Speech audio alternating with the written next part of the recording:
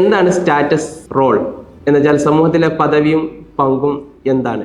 സമൂഹത്തിൽ പദവി എന്ന് പറയുമ്പോൾ നമ്മുടെ സമൂഹങ്ങളുടെ ബന്ധങ്ങളുടെ ഒരു വലയമാണ് സമൂഹം എന്ന് പറയുന്നത്. ആ സമൂഹത്തിലെ വ്യക്തികൾ വഹിക്കുന്ന സ്ഥാനം, അതിനാണ് പദവി എന്ന് പറയുന്നത്. പദവിയുടെ നിർവചനം എന്ന് വെച്ചാൽ ഒരു നിശ്ചിത സമയത്ത് ഒരു പ്രത്യേക വ്യവസ്ഥയിൽ വ്യക്തികൾ സഹിക്കുന്ന അല്ലെങ്കിൽ വ്യക്തികൾ വഹിക്കുന്ന സ്ഥാനത്തിനാണ് പദവി എന്ന് പറയുന്നത്. പദവികൾ രണ്ട് വിധമുണ്ട്.